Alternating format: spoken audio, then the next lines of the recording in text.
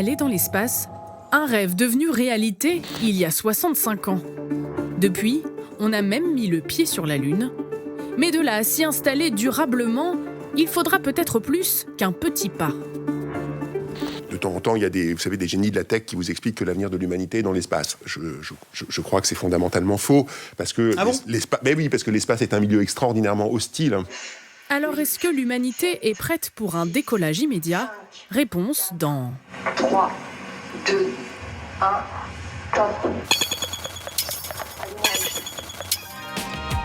Pour l'instant, seuls des scientifiques triés sur le volet et des personnalités ultra riches ont pu se rendre dans l'espace. Mais selon Elon Musk, patron de SpaceX, ce privilège sera bientôt accessible à tous. Pour ceux qui ne sont pas au courant, SpaceX a déjà changé sa priorité pour bâtir une ville autonome sur la Lune d'ici une dizaine d'années, et pour Mars, ça prendra plus de 20 ans. Des villes autonomes sur la Lune et Mars d'ici 20 ans, une ambition peu réaliste pour cet expert. En aucun cas, vous pourrez avoir une autonomie de votre activité quand vous serez sur la planète Mars. Vous serez toujours dépendant de la Terre. Souvent, je prends cet exemple. Comment vous allez fabriquer un smartphone sur Mars? Vous n'allez pas fabriquer un smartphone sur Mars. Vous allez avoir des smartphones avec vous et vous en apporterez un ou deux de rechange au cas où ils tombent en panne. La colonisation spatiale, ce n'est donc pas pour demain. D'autant que loin de la Terre, les conditions de vie sont plutôt rudes. Sur la Lune, des écarts de température entre plus 120 et moins 240 degrés, et il n'y a pas d'atmosphère.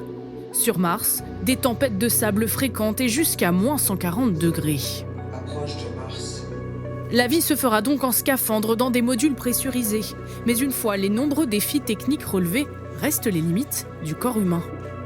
En dehors du champ magnétique de la Terre, l'homme s'expose à des doses de radiation très élevées émises par des éruptions solaires et des rayons galactiques qui peuvent accroître les risques de cancer et de stérilité.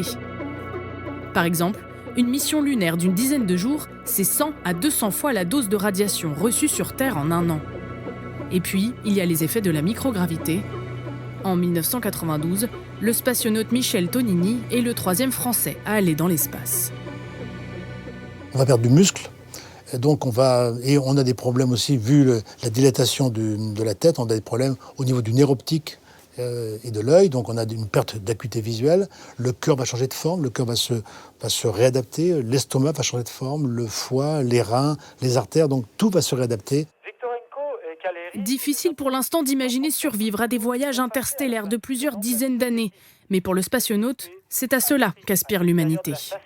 Dans quelques millions d'années, quand le Soleil disparaîtra, eh bien, on va disparaître aussi. Et le fait de l'humanité, c'est de ne pas se laisser mourir, mais de partir dans d'autres planètes qu'on appelle les exoplanètes. Et on pourrait essayer de recréer de la vie dans les exoplanètes.